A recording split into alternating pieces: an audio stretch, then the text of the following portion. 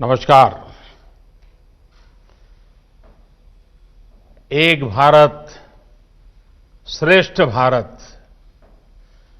एक भारत श्रेष्ठ भारत की बहुत सुंदर तस्वीर आज यहां दिख रही है।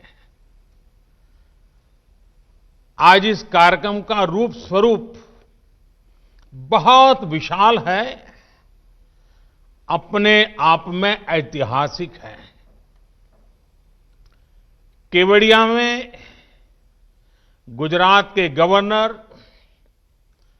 श्री आचार्य देवव्रत जी, गुजरात के मुख्यमंत्री विजय रूपाणी जी उपस्थित हैं। प्रतापनगर में गुजरात विधानसभा के स्पीकर श्री राजेंद्र त्रिवेदी जी,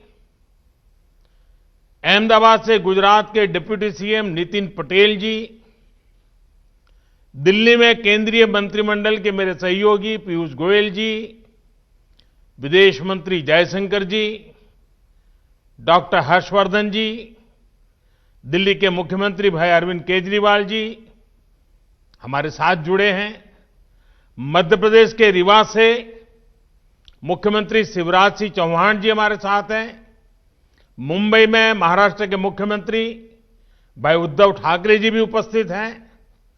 वाराणसी से यूपी के मुख्यमंत्री योगी आदित्यनाथ जी हमारे साथ जुड़े हैं। इनके अलावा तमिलनाडु समेत अन्य राज्य सरकारों के माननीय मंत्रीगण, सांसदगण, विधायकगण भी आज इस विशाल कार्यक्रम में हमारे साथ हैं। और सबसे बड़ी खुशी की बात है कि आज आणंद में सरदार वल्लभ भाई पटेल के बृहत परिवार के अनेक सदस्य भी आज हमें आशीर्वाद देने के लिए आए हैं। आज कला जगत के अनेक वरिष्ठ कलाकार, खेल जगत के अनेक सितारे, वे भी बहुत बड़ी मात्रा में इस कार्यक्रम के साथ जुड़े हैं। और इन सभी के साथ हमें आशीर्वाद देने के लिए आए हुए ईश्वर का स्वरूप जैसे हमारी जनता जनार्दन, हमारे प्यारे भाई और बहनों, हमारे सभी भारत के उज्जवल भविष्य का प्रतिनिधित्व करने वाले बालकगण, आप सभी का बहुत बहुत अभिनंदन। रेलवे के इतिहास में संभवतः पहली बार ऐसा हो रहा है कि जब एक साथ देश के अलग अलग कोने से एक ही जगह के लिए इतनी ट्रेनों को हरी झंडी दिखाई गई हो। आखिर केवड़िया जगह भी तो ऐसी है। इसकी पहचान देश को एक भारत श्रेष्ठ भारत का मंत्र देने वाले, देश का एकीकरण करने वाले सरदार पटेल की दुनिया की सबसे ऊंची प्रतिमा से, स्टैच्यू ऑफ यूनिटी से है, सरदार सरोवर बांध से है। आज का ये आयोजन सही मायने में भारत को एक करती भारतीय रेल के विजन और सरदार वल्लभ भाई पटेल के मिशन दोनों को परिभाषित कर रहा है। और मुझे इस बात की खुशी है कि इस कार्यक्रम में अलग अलग राज्यों से इतने जनप्रतिनिधि भी मौजूद हैं। मैं आप सभी का आभार व्यक्त करता हूं। आज केवड़िया के लिए निकल रही ट्रेनों में एक train Puratchi Thalaivar doctor MG Ramachandran central railway station से भी आ रही है। ये भी सुखद संयोग है कि आज भारत रत्न एमजीआर की जयंती भी है। एमजीआर ने फिल्म स्क्रीन से लेकर पॉलिटिकल स्क्रीन तक लोगों के दिलों पर राज किया था। उनका जीवन, उनकी पूरी राजनीतिक यात्रा गरीबों के लिए समर्पित थी। गरीबों को सम्मानजनक जीवन मिले, इसके लिए उन्होंने निरंतर काम किया था। भारत रत्न एमजीआर के इन आदर्शों को पूरा करने के लिए आज हम सब प्रयास कर रहे हैं। कुछ साल पहले ही देश ने उनके सम्मान में चेन्नई सेंट्रल रेलवे स्टेशन का नाम बदलकर एमजीआर के नाम पर किया था। मैं भारत रत्न एमजीआर को नमन करता हूं, उन्हें श्रद्धांजलि देता हूं। साथियों, आज केवड़िया का देश की हर दिशा से सीधी रेल कनेक्टिविटी से जुड़ना पूरे देश के लिए एक अद्भुत क्षण है। हमें गर्व से भरने वाला पल है। थोड़ी देर पहले चेन्नई के अलावा वाराणसी, रीवा, दादर और दिल्ली से केवड़िया एक्सप्रेस और अहमदाबाद से जन शताब्दी एक्सप्रेस केवड़िया के लिए निकली है। इसी तरह केवड़िया और प्रतापनगर के बीच भी मेमू सेवा शुरू हुई है। डभोई चांदोद रेल लाइन का चौड़ीकरण और चांदोद केवड़िया के बीच की नई रेल लाइन अब केवड़िया की विकास यात्रा में नया अध्याय लिखने जा रही है। और आज जब इस रेलवे के कार्यक्रम से मैं जुड़ा हूं, तो कुछ पुरानी स्मृतियां भी ताजा हो रही है। बहुत कम लोगों को मालूम होगा कि बड़ौदा और डभोई के बीच में नैरोगेज रेलवे चलती थी। मुझे अक्सर उसमें यात्रा करने का अवसर रहता था। माता नर्मदा के प्रति मेरा एक जमाने में बड़ा विशेष आकर्षण रहता था। मेरा आना जाना होता था। जीवन के कुछ पल मां नर्मदा की गोद में बिताता था। और उस समय इस नैरोगेज ट्रेन से हम चलते थे। और ये नैरोगेज ट्रेन का मजा ये था कि आप उसकी स्पीड इतनी धीमी होती थी, कहीं पर भी उतर जाइए, कहीं पर भी उसमें चढ़ जाइए, बड़े आराम से। इवन कुछ पल तो आप साथ साथ चले तो ऐसा लगता है कि आपकी स्पीड ज्यादा है। तो मैं भी कभी इसका मजा लूटता था, लेकिन आज वो ब्रॉड गेज में कन्वर्ट हो रहा है। इस रेल कनेक्टिविटी का सबसे बड़ा लाभ स्टैच्यू ऑफ यूनिटी देखने आने वाले टूरिस्टों को तो मिलेगा ही। ये कनेक्टिविटी केवड़िया के आदिवासी भाई बहनों का जीवन भी बदलने जा रही है। ये कनेक्टिविटी सुविधा के साथ साथ रोजगार और स्वरोजगार के नए अवसर भी लेकर आएगी। ये रेल लाइन मां नर्मदा के तट पर बसे कर्नाली, पोइचा और गरुड़ेश्वर जैसे आस्था से जुड़े महत्वपूर्ण स्थानों को भी कनेक्ट करेगी। और ये बात सही है, ये पूरा क्षेत्र एक प्रकार से स्पिरिचुअल वाइब्रेशन से भरा हुआ क्षेत्र है।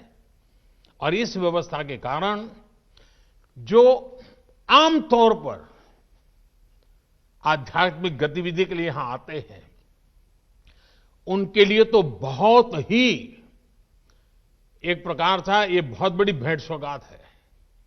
भाइयों और बहनों, आज केवड़िया गुजरात के सुदूर इलाके में बसा एक छोटा सा ब्लॉक नहीं रह गया है, बल्कि केवड़िया विश्व के सबसे बड़े टूरिस्ट डेस्टिनेशन के रूप में आज उभर रहा है।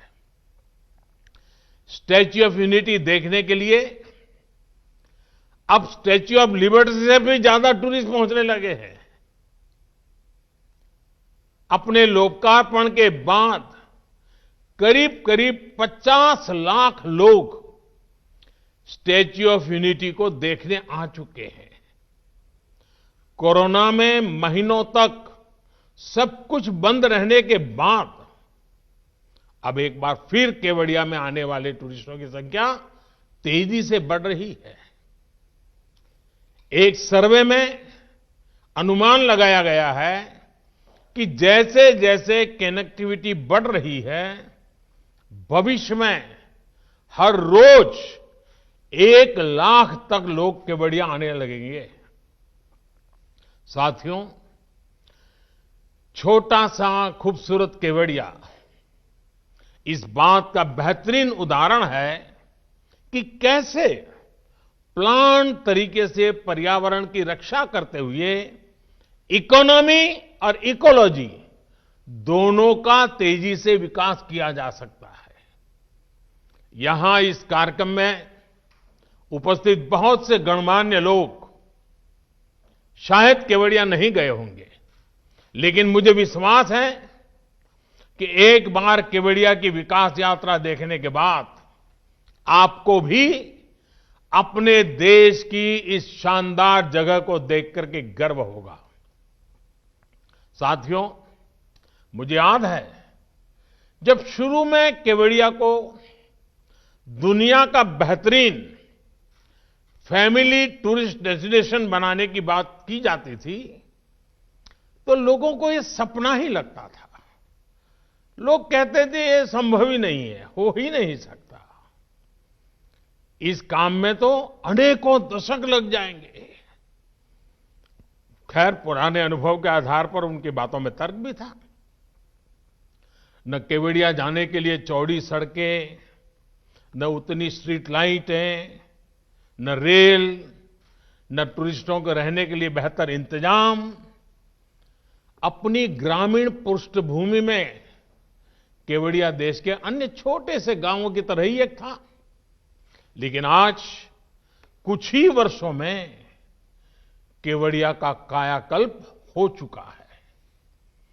केवड़िया पहुंचने के लिए चौड़ी सड़कें हैं, रहने के लिए पूरा टेंट सिटी है, अन्य अच्छे इंतजाम हैं, बेहतरीन मोबाइल कनेक्टिविटी है, अच्छे अस्पताल हैं।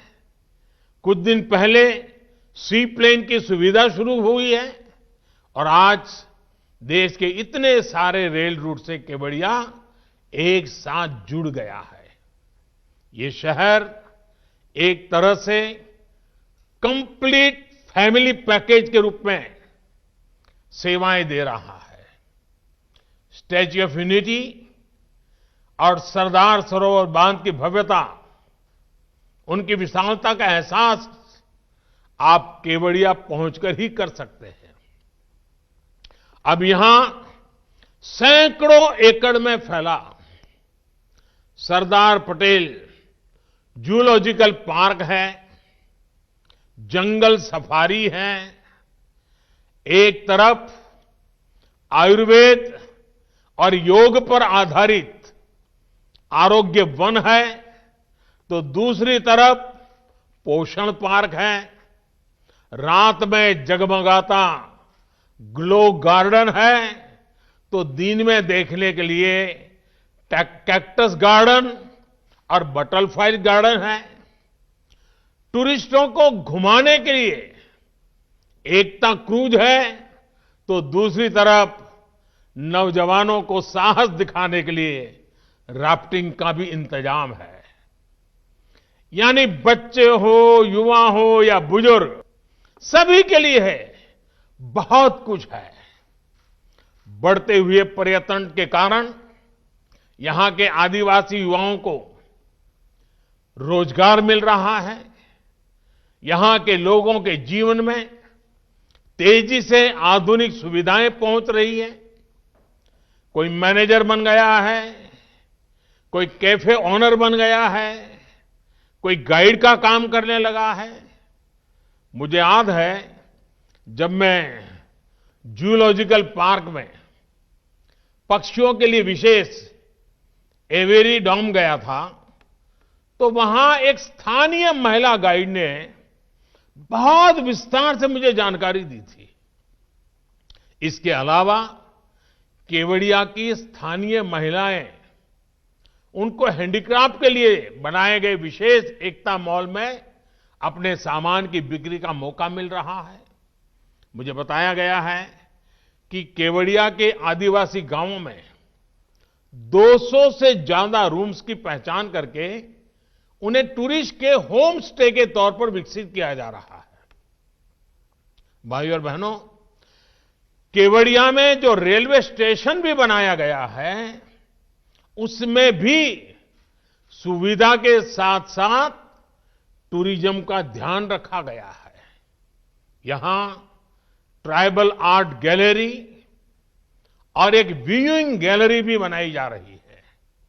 इस व्यूइंग गैलरी से पर्यटक स्टैच्यू ऑफ यूनिटी को देख पाएंगे। साथियों, इस प्रकार के लक्ष्य और लक्ष्य केंद्रित प्रयास भारतीय रेल के बदलते स्वरूप का भी प्रमाण है।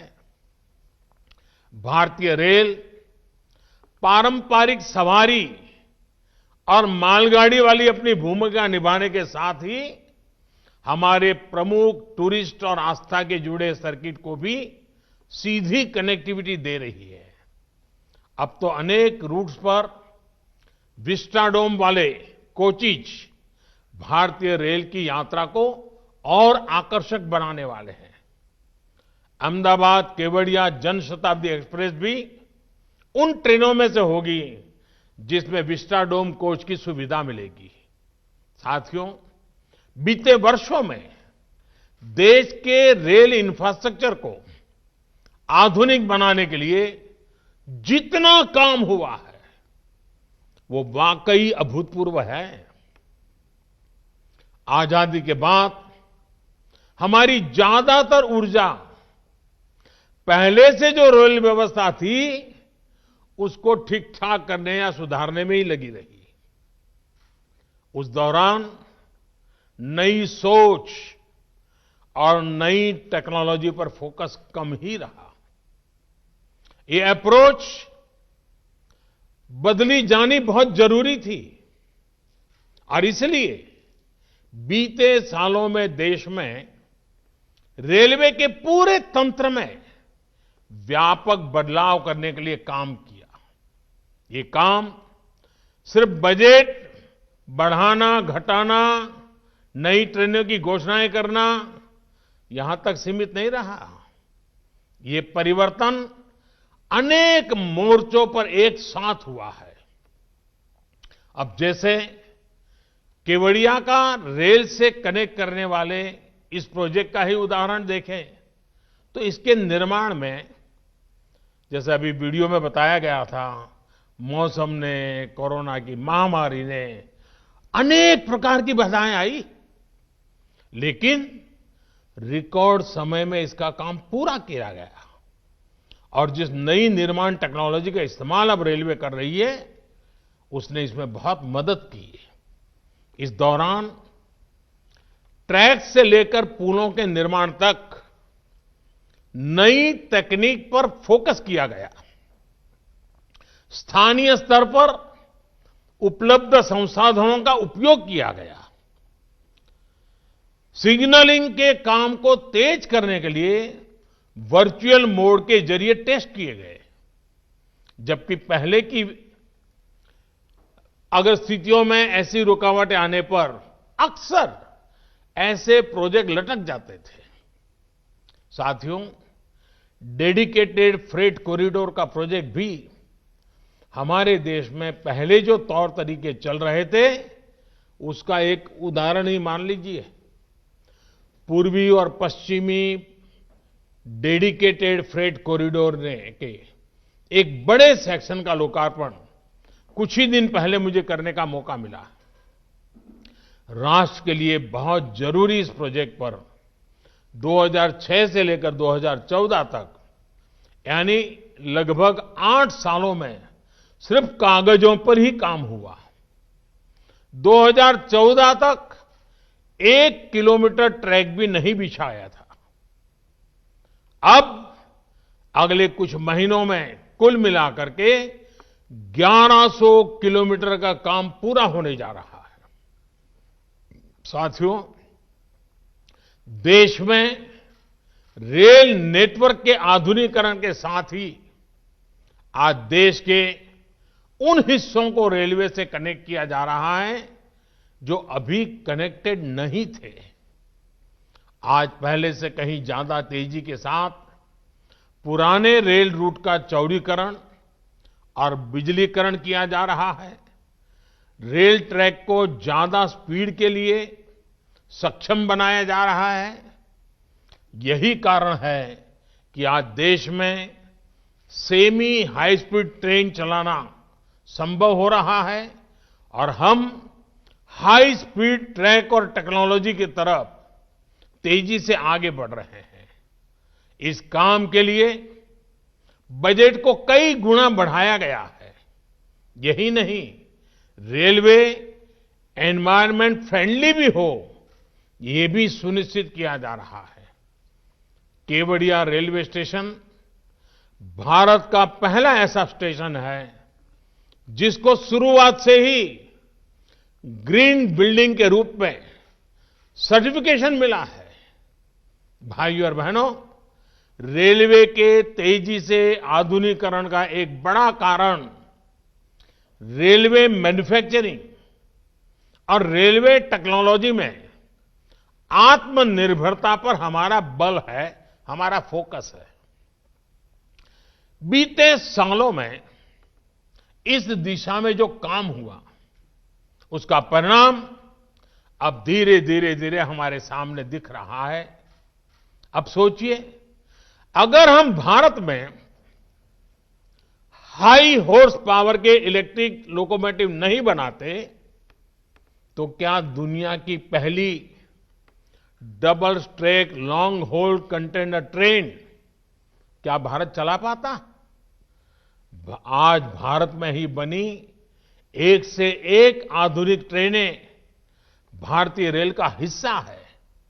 भाइयों और बहनों, आज जब भारतीय रेल के ट्रांसफॉर्मेशन की तरफ हम आगे बढ़ रहे हैं तो highly skilled specialist man power और प्रोफेशनल्स भी बहुत जरूरी है।